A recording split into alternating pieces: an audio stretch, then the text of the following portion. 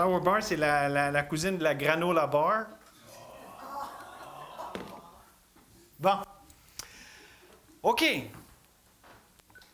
Donc, nous disions Matthieu au chapitre 16.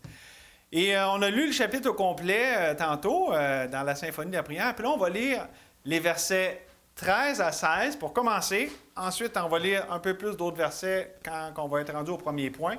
Mais juste pour s'introduire ici, et avant de le lire, je vous rappelle que dans Matthieu, ici, c'est le point tournant du ministère de Jésus. J'ai expliqué plus en détail tantôt, mais il y a vraiment, c'est l'idée où est-ce que Jésus passe de enseigner qui il est, pour ça qu'il demande la question « Qui dites-vous que je suis? » Puis après ça, il se met à parler de ce qu'il est venu faire, sa mission, la croix.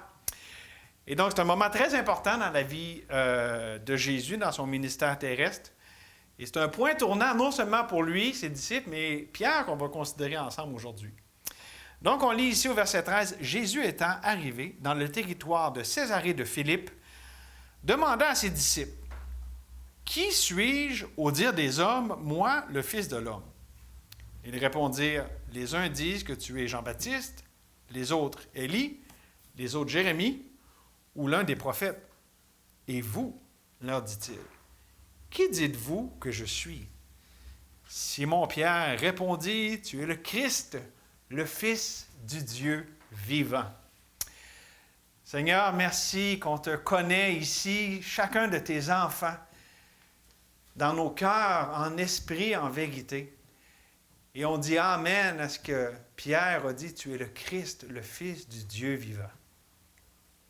Merci que tu nous as révélé qui tu es. Mais merci que c'est plus que ça dans nos vies. Tu veux aussi nous révéler tes voies, ton œuvre, la croix et tout ce qui est impliqué là-dedans. Donc, Seigneur, on veut accepter absolument tout ce qui vient de toi. La couronne et la croix, les choses qu'on aime, celles qu'on a de la misère à accepter.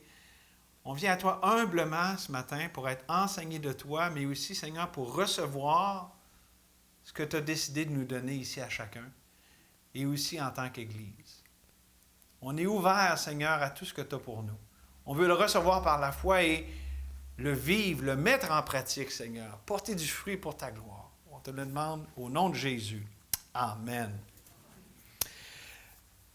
Le fondement pour expérimenter Dieu, on va regarder ça ensemble, mais juste ici, vous avez vu que, pour ça j'ai juste lu quelques versets, parce que les deux endroits ici, Jésus leur demande, « Qui dites-vous que je suis? » Puis Pierre, qu'est-ce qu'il dit? « Tu es. » OK? Tu es le Christ, le Fils du Dieu vivant. Puis après ça, Jésus, plus tard, il dit, « Tu es Pierre. » Donc, c'est toutes des déclarations d'identité. Qui Jésus est et qui, à la lumière de ça, Pierre est, ou ce que Dieu lui donne comme identité. OK? On va développer ça. Rappelez-vous, les deux premiers messages du mois de juillet, on a considéré Joseph. Donc là, on passe vraiment à une autre catégorie. Là, je veux dire, on n'est plus dans l'Ancien Testament, on n'est plus avec l'histoire du début de la rédemption. Ici, on est avec Jésus dans les évangiles et ici Pierre, qui, de la même manière que Joseph, par révélation, acquiert ou s'approprie l'identité que Dieu a pour lui. C'est pas lui qui s'est levé un matin et dit « Ah, moi, je vais être Pierre. Je vais être... » De la même manière aussi que Joseph, c'est pas dire « Je vais avoir un rêve, parce que mes frères, mes parents se prosternent devant moi. » Non, c'est Dieu qui décide. C'est lui qui donne ces choses. Pour nous, c'est de les accepter. Donc, notre identité, elle est reçue. Elle n'est pas acquise par notre performance ou par ce que nous, on fait, mais c'est Dieu qui nous la donne. Et en fait, c'est ce qu'on va voir ensemble comme fondement pour expérimenter Dieu. Ça commence avec notre identité.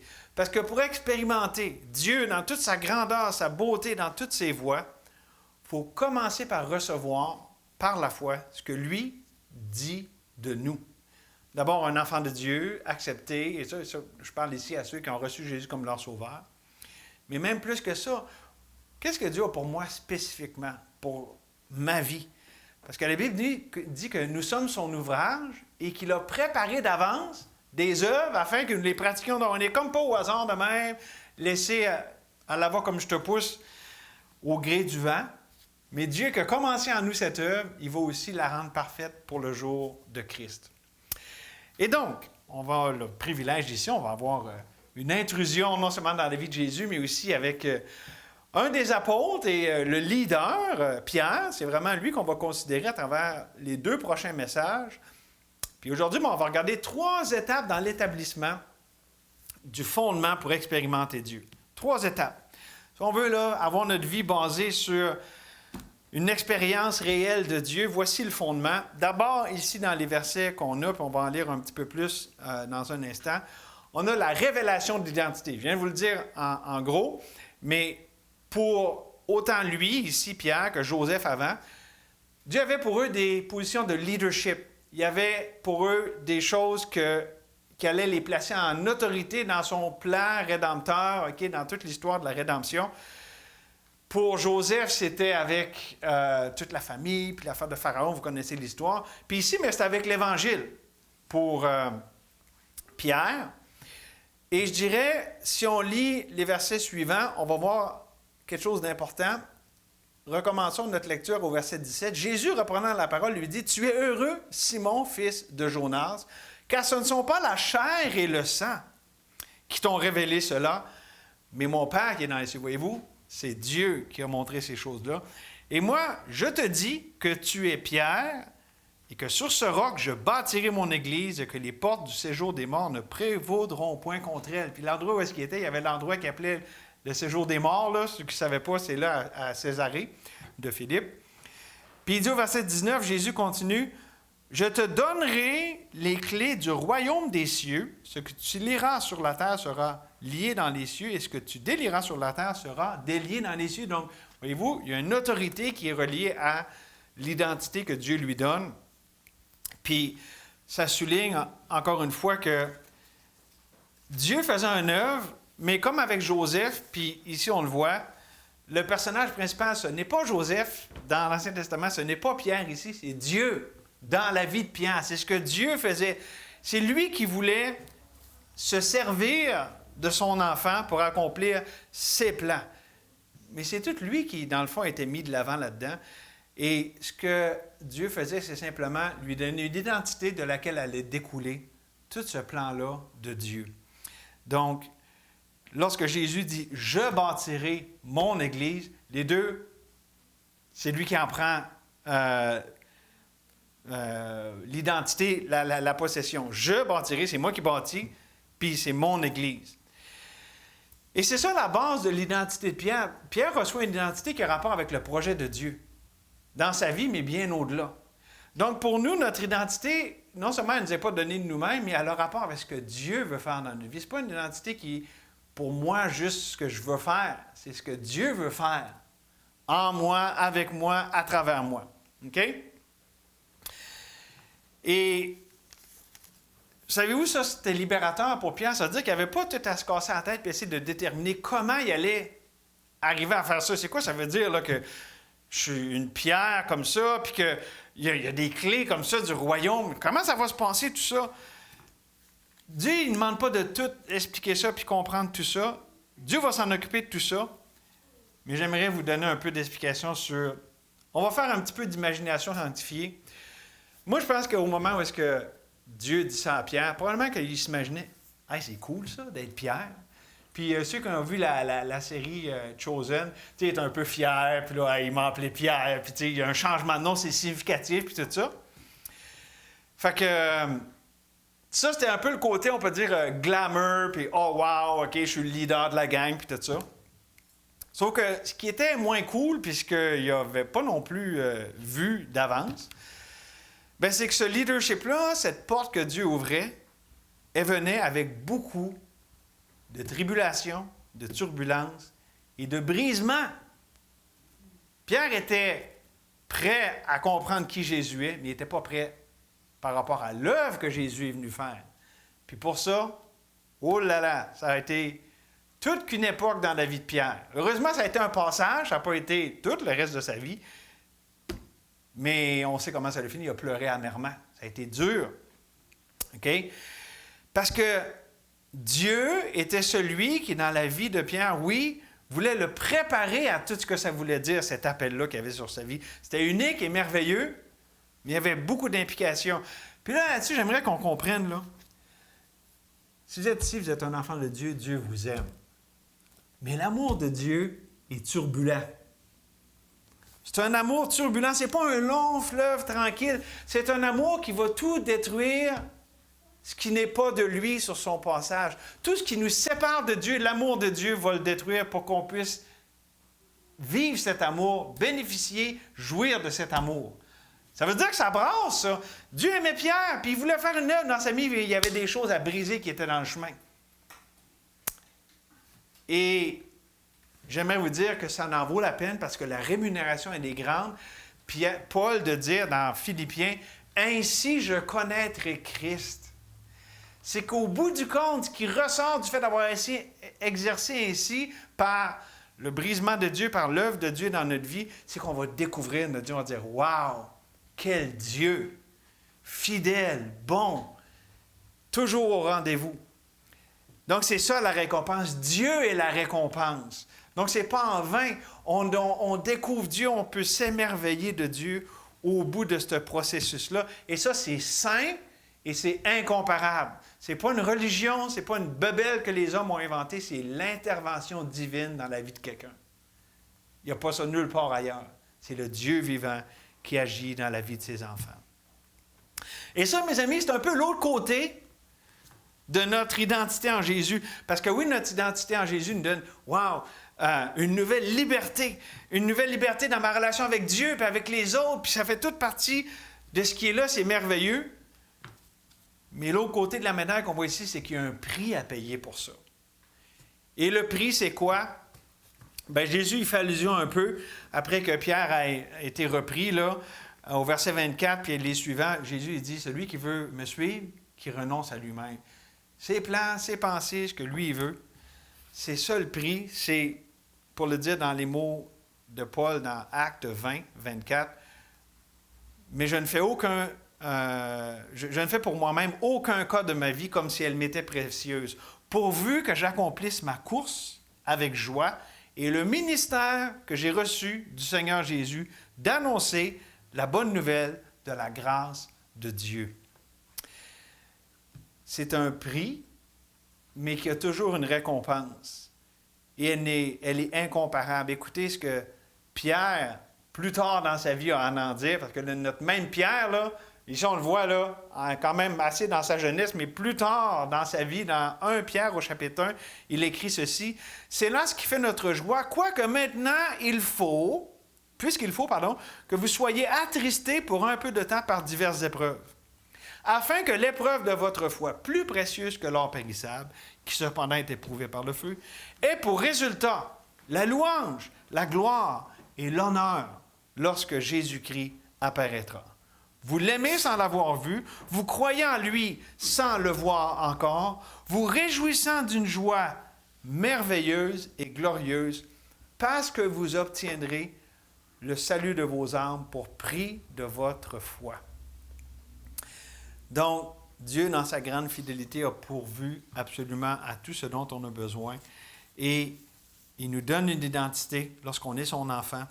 Et pour nous, c'est le point de départ pour le fondement, la première étape, le fondement pour expérimenter Dieu. La deuxième étape, il faut qu'on aille dans Acte 2. Donc, on est encore avec Pierre, mais là, après le brisement, après que Jésus, comme il l'avait dit, là, il a été trahi, puis crucifié, puis tout ça. Là, on a un Pierre qui est restauré, mais ça continue toujours d'aller mieux parce que là, on va avoir un Pierre qui est rempli du Saint-Esprit. On ne va pas lire tout le chapitre, on pourrait lire le chapitre 2 au complet, mais on peut le diviser en deux. Il y a la Pentecôte, lorsque le Saint-Esprit descend sur eux, puis ils sont remplis du Saint-Esprit. Puis ensuite, il y a le discours de Pierre. On va juste lire un verset pour un peu comprendre ce qu'il y en est ici. Acte 2, verset 4. Ils furent tous remplis du Saint-Esprit et se mirent à parler en d'autres langues selon que l'Esprit leur donnait de s'exprimer. Qu'est-ce qu'on voit là? On voit là un pattern qui est le renforcement de l'identité. Non seulement Dieu révèle l'identité, mais ici, il la renforce. Dans le fond, c'est simple.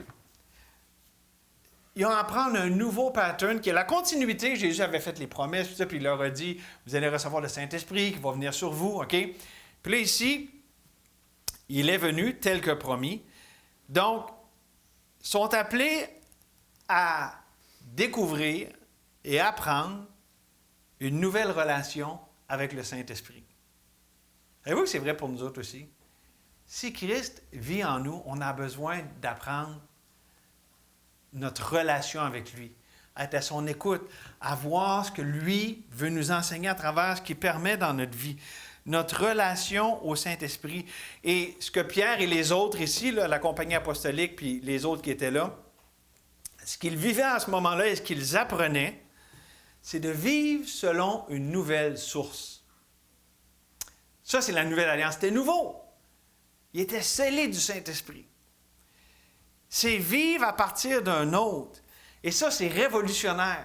C'était pas comme ça avant. C'est la nouvelle alliance. Puis là, ça a été renforcé avec maintenant le Saint-Esprit vivant en eux. Et tout ce que nous autres, on peut connaître et expérimenter comme enfants de Dieu, c'est 100% l'inverse de la vie naturelle, de la vie en dehors de Jésus-Christ. C'est ça, apprendre à vivre d'un autre, c'est contre-intuitif, on va appeler ça de même, à ce qu'on a appris toute notre vie, il faut être plus fort, il faut essayer plus fort. C'est pour ça que la Bible parle du renouvellement, être transformé par le renouvellement de l'intelligence. On va faire un peu de pouce là-dessus, avec un passage que je vous lis de l'apôtre Jean, dans 1 Jean au chapitre 2, verset 24. « Que ce que vous avez entendu dès le commencement demeure en vous. Si ce que vous avez entendu dès le commencement demeure en vous, vous demeurerez aussi dans le Fils et dans le Père. Et la promesse qu'il nous a faite, c'est la vie éternelle. » Ici, Jean a ce qu'on appelle un argument en cascade. Cloc, cloc, cloc. Okay? Une chose amène à un autre. Okay? Donc, il y a un point de départ. Il dit, il y a eu un dépôt de la part de Dieu. Vous avez reçu la parole de Dieu. Elle est en vous. Elle habite en vous. OK? On pourrait le dire comme dans Colossiens, la parole de Christ qui habite en nous dans toute sa richesse.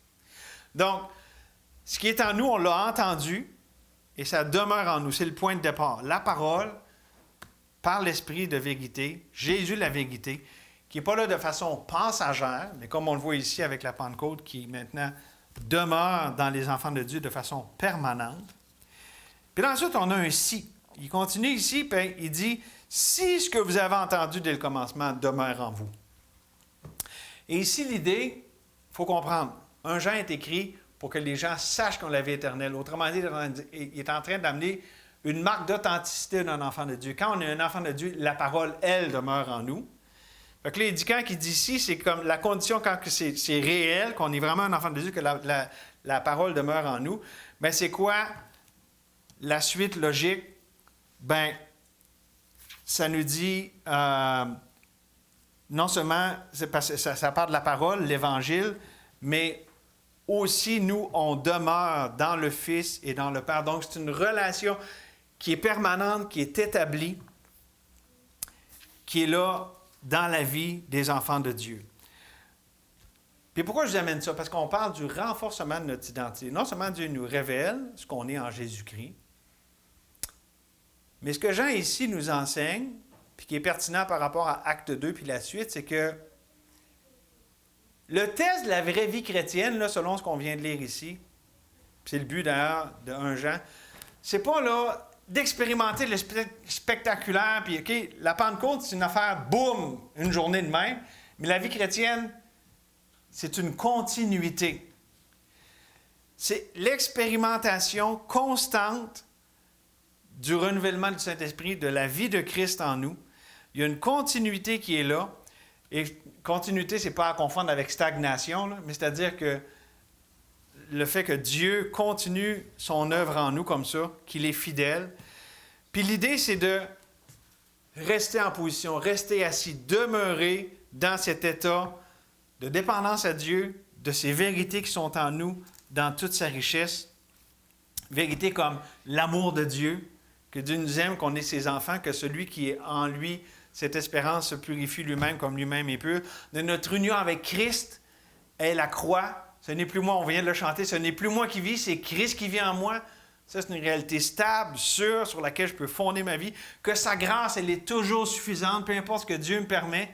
Je peux même me glorifier dans mes faiblesses parce que c'est comme ça que la puissance de Dieu s'accomplit dans ma vie. Et donc, l'idée, c'est que comment Dieu va renforcer notre identité, c'est quand ça devient, je voulais dire une seconde nature, mais c'est notre nouvelle nature en Jésus. Quand ça fait partie de nous-mêmes, quand on fait un avec ça, que vraiment, moi, je peux m'identifier, pas avec ma performance, ce que je fais pas, mon passé, mais ce que Dieu a fait de moi. Ça, c'est ce que je suis. Je suis le produit de la grâce de Dieu. Puis pour vous aider, je vous amène, OK, des fois, on parle des versets, puis on n'est pas toujours clair sur ce que ça peut vouloir dire. Paul parle, il dit « Soyez mes imitateurs comme je suis moi-même de Jésus-Christ ». Ou dans Philippiens, ça dit « Ayez en vous les mêmes sentiments, la même attitude, la même pensée qui est en Jésus-Christ ». Philippiens 2,5. Mais c'est quoi ça veut dire, savoir la même pensée que Jésus? C'est quoi ça veut dire d'être imitateur de Jésus? Ça ne veut pas dire que ferait Jésus à ma place. Ce n'est pas une imitation extérieure, ce n'est pas une imitation de performance, c'est une imitation de pattern. Jésus, il dit, dans Jean 5, il dit à 2 reprises, il dit, « Je ne fais rien de moi-même, tout ce que je vois au Père, je le fais. » Jésus avait cette dépendance. Et pour nous, c'est la même chose. Avoir les mêmes sentiments qui est en Jésus-Christ, c'est reconnaître que nous sommes totalement dépendants de Dieu. Puis que si on veut faire quoi que ce soit d'éternel puis d'une valeur durable, ça ne sera pas nous, ça va être Christ en nous. Cette dépendance qui nous est enseignée par Jésus lui-même, la kénose, Jésus qui est venu vivre une vie totale de dépendance. Et prenons l'exemple ici de Pierre, parce que là, bon, le Saint-Esprit est venu, il y a les gens qui ont toutes eu cette réaction-là, qu'est-ce qui se passe? On entend parler dans les langues de nos pays, puis là, ils prêchent tout qu'un sermon, puis après ça, il y a tous les gens qui se convertissent. Je pense qu'au bout de la journée, là, il a dit, ouf, grosse journée aujourd'hui, n'est-ce pas? Puis, je crois que, tu sais, lui qui il est Pierre, il est celui qui avait cette clé-là, okay, qui a ouvert l'Évangile aux Juifs, qui était là, venu adorer à Jérusalem. Ben, il pouvait, notre cher Pierre, expérimenter le repos du cœur, ou pour le dire dans les mots de son futur compatriote Paul, qui dit dans 1 Corinthiens 15, verset 10, « Par la grâce de Dieu, je suis ce que je suis, et sa grâce envers moi n'a pas été vaine. Loin de là, j'ai travaillé plus que tous, non pas moi toutefois, mais la grâce de Dieu qui est avec moi. » Pierre pouvait expérimenter ça. Il pouvait expérimenter le fait que, wow, c'est Dieu qui a agi comme ça à travers moi. C'est pas moi. C'est pas Pierre avec toutes ses bonnes intentions, comme en sortant l'épée pour couper l'oreille du serviteur. Non, c'est Dieu. Puis la vie chrétienne, selon le plan de Dieu, selon la nouvelle alliance, selon ce qu'on voit ici, initié à la Pentecôte, c'est vivre comme ayant pour source Dieu lui-même. C'est vivre de l'arbre de vie et de refuser de dépendre de notre chair. La grâce de Dieu, la vie de la grâce, la vie par l'arbre de vie, cette vie-là, de Galates 2,20, écoutez bien, c'est pas opposé aux efforts, parce que ça ne veut pas dire que je fais rien, mais c'est opposé au mérite. Parce que, comme je vous dis, il a mis tout son cœur, là. Tu sais, on ne peut pas lire toute l'intensité, mais je pense que connaissant Pierre, il ne devait pas dire « Ouais, vous avez crucifié Jésus, puis, tu sais... » Je pense qu'il... Vous connaissez un peu Pierre, d'après les Écritures, il devait tout être dedans, puis pour moi, il était rouge tomate, je ne sais pas trop, là, mais en tout cas. Puis, OK, il s'est complètement donné, il a mis tous ses efforts, mais il n'avait pas le mérite. Parce que c'est Dieu qui agissait en vie. Puis lui, il savait très bien, parce que quand on va voir la semaine prochaine aussi, le Pierre du livre des Actes versus au Pierre des Évangiles, c'est littéralement deux hommes différents. C'est un qui veut tout essayer fort, puis il est tout sincère, puis l'autre qui s'est rendu compte, non, c'est pas moi, c'est Christ qui vit en moi. Fait que je vais mettre tout mon effort, mais c'est pas l'idée par mes mérites, mais par ceux de Christ qui vit en moi. Et c'est ça tout le concept du Nouveau Testament qu'on a du repos.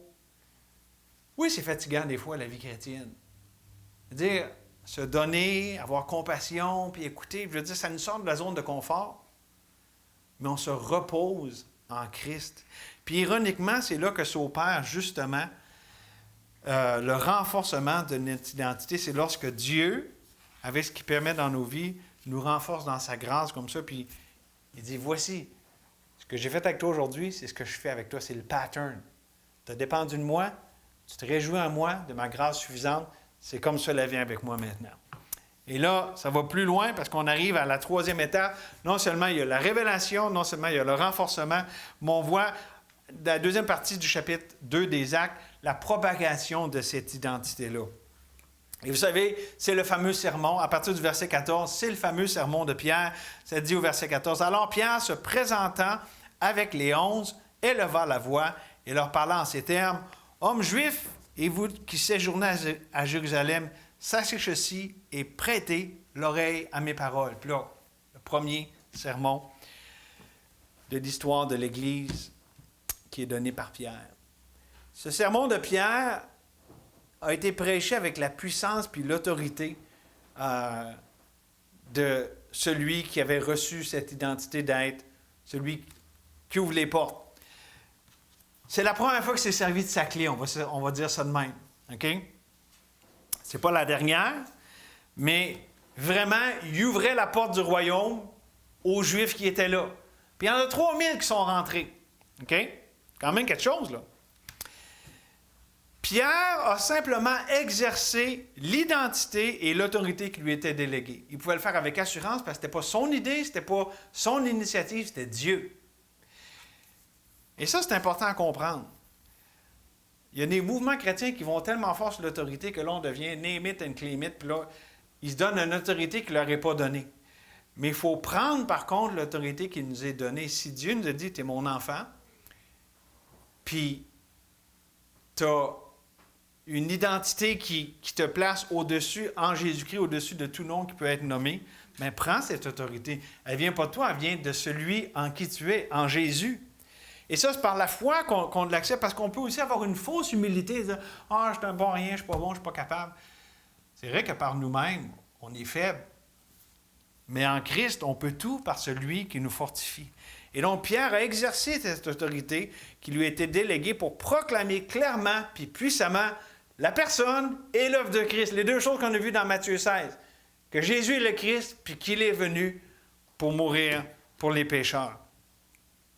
Et c'est là où réside toute son autorité dans le domaine spirituel. C'est Christ et Christ crucifié, comme Paul le dit plus tard dans Galates 6,14.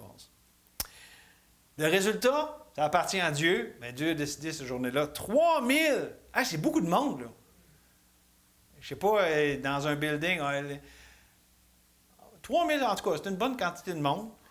Baptisé puis tout ça. En tout cas, ça brassait cette journée-là à Jérusalem.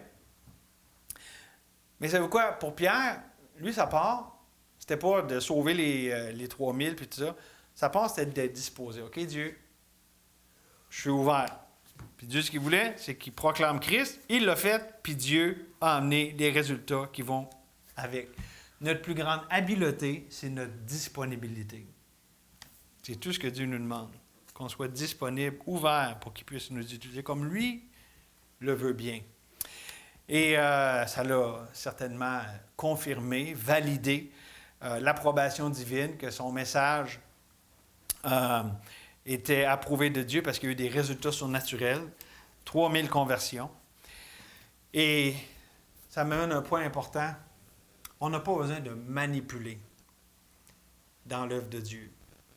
Savez-vous que c'est un grand piège, spécialement à partir d'un pupitre comme ça, de manipuler pour des résultats? Bon, peut-être avoir des résultats, mais ça va-tu être les nôtres ou ça va être ceux de Dieu? Parce qu'on ne doit pas être gêné de proclamer tout le conseil de Dieu puis de dire « Ainsi parle l'Éternel ». Mais l'œuvre de conviction, les résultats puis ce qui va en ressortir, ça appartient à Dieu. Pierre n'a pas mâché ses mots, là. Puis même leur a dit « Vous l'avez crucifié ». Je veux dire, il était droit au but, là. Mais c'est Dieu qui a amené la conviction. Ça dit qu'il était... Quand ça dit qu'il était vivement touché, l'idée, c'est qu'il avait comme le cœur transpercé. La parole, elle a transpercé à travers leur cœur dur. Puis là, elle a dit, « Hommes, frères, que ferons-nous? » C'est Dieu qui faisait cette œuvre-là dans leur cœur. Oui, Pierre est un instrument, mais le vrai travail, c'est Dieu qui le faisait. C'est pour ça qu'on n'a pas besoin. Puis, en fait, quand on utilise la manipulation, que ce soit avec des proches, que ce soit avec des groupes, des personnes, la manipulation ne va juste que nuire à l'œuvre de Dieu. Et ça, c'est une tendance forte de quelqu'un de convaincu, homme, femme, vieux, jeune, d'essayer de manipuler pour avoir des résultats. Mais comme je vous dis, c'est quoi les résultats?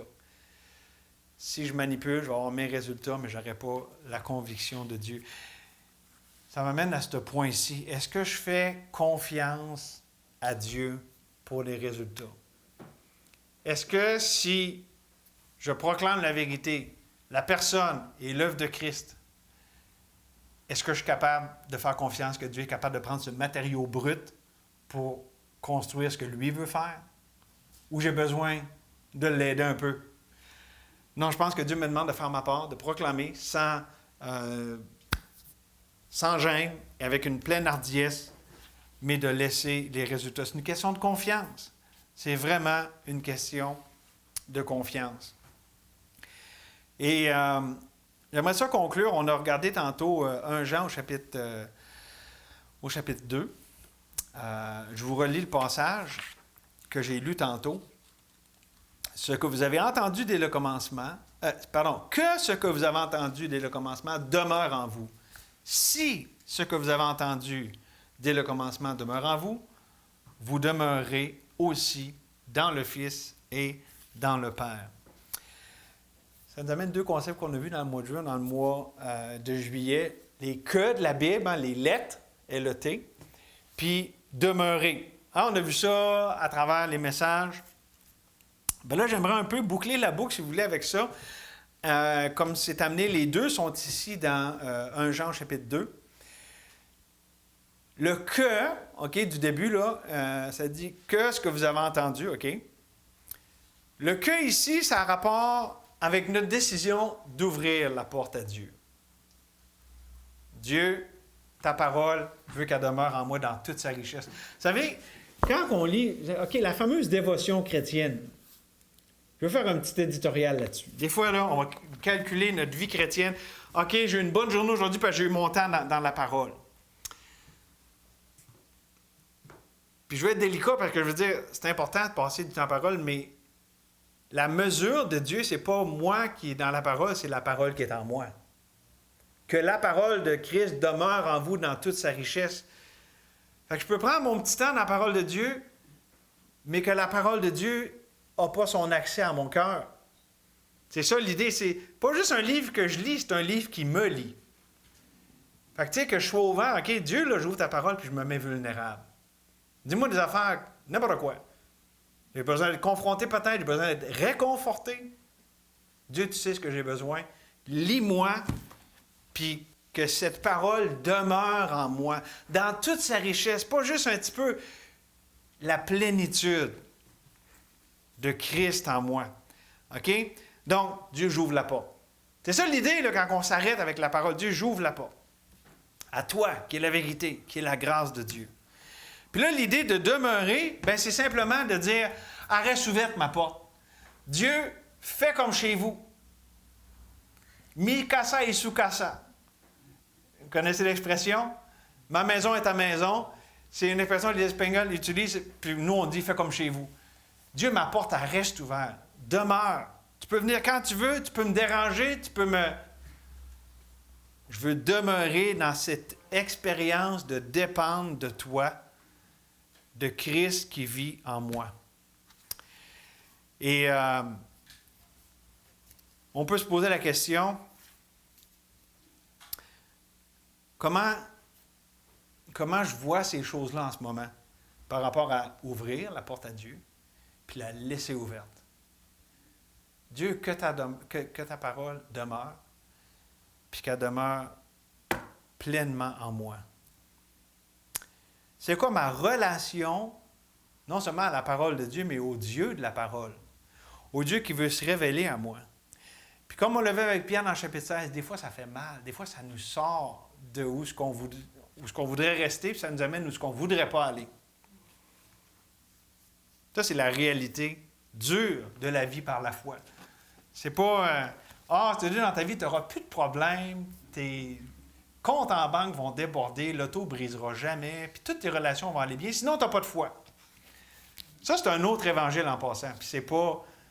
C'est l'évangile de la prospérité, puis c'est pas un évangile, c'est un autre évangile, parce que, en fait, la Bible nous promet des tribulations. Jésus a dit, vous allez en avoir, mais prenez courage, j'ai vaincu le monde. Il nous promet la victoire dans les tribulations, mais il ne dit pas, vous n'aurez pas. Il dit, je vais être avec vous, tout le temps, jusqu'à la fin du monde. Mais on va avoir part aux souffrances de Christ. Maintenant, la question, c'est est-ce que je suis prêt à laisser la porte ouverte à Dieu? Puis pour ça, je pense qu'une bonne façon de le savoir, c'est qu'est-ce que Dieu, si je laisse la porte là, Dieu me dit des affaires. Qu'est-ce que Dieu me dit? Qu'est-ce que Dieu me révèle à mon cœur en ce moment? Peut-être que quelqu'un ne connaît pas Jésus comme son sauveur. Est-ce que Dieu te révèle Jésus à ton cœur pour le recevoir comme ton sauveur? Ou peut-être que si on est un enfant de Dieu, Dieu veut nous révéler, hey, ton standing avec moi, ce n'est pas selon ta performance, c'est selon ma performance. Ce n'est pas selon ce que toi, tu réussis à garder dans ta liste de to-do ou liste à faire, mais c'est ce que moi, j'ai fait de toi, puis ce que je dis de toi. Puis ça, mes amis, ça fait tellement différent. Savez-vous quoi? Notre identité en Christ, ce n'est pas par notre performance, c'est par notre naissance. Comme moi, je suis né dans une famille, j'ai mon appartenance physique à une famille physique. Mais notre appartenance avec Dieu, notre identité, c'est avec notre nouvelle naissance. On n'est plus en Adam, on est en Jésus. C'est ça notre identité. Et Dieu veut renforcer ça, ces vérités qu'elles deviennent nôtres, que vraiment on soit solide là-dedans, inébranlable. Que Dieu puisse accomplir ces choses en nous, puis qu'on puisse s'encourager ensemble dans le Seigneur, dans ces choses extraordinaires du fait que Dieu veut qu'on expérimente tout ce qu'il est. Il est grand, il est bon. Puis aujourd'hui, on a vu le fondement, qu'on accepte ces choses par la foi. Seigneur, je te remercie ce matin qu'on a pu s'arrêter comme ça ensemble. Puis, que je me sens malhabile à communiquer des si grandes vérités. Puis, Seigneur, qui est suffisant pour ces choses? Toi, tu l'es, Seigneur. Puis merci, oui, que c'est toi qui parles à tes enfants. C'est toi aussi qui convaincs le monde de péché, de justice et de jugement. Et Seigneur, je te prie pour du fruit éternel, des choses qu'on considère aujourd'hui. Du fait que tu nous révèles, lorsqu'on est ton enfant, notre identité, que tu la renforces et que aussi tu la propages. Merci pour ces vérités salutaires. Seigneur, ton peuple ici rassemblé, est appelé à répondre. Et aussi ceux qui ne sont pas sauvés encore sont appelés à répondre à l'Évangile, la bonne nouvelle. Et nous aussi, ton peuple, l'Évangile aux saints. Non seulement que Christ est mort pour nous, mais nous sommes morts avec Christ et vivants en toi. Seigneur, je prie pour une réponse de la foi qui va porter du fruit à ta gloire. Oui, Seigneur, non pas à nous, mais à toi soit la gloire. Au nom de Jésus. Amen.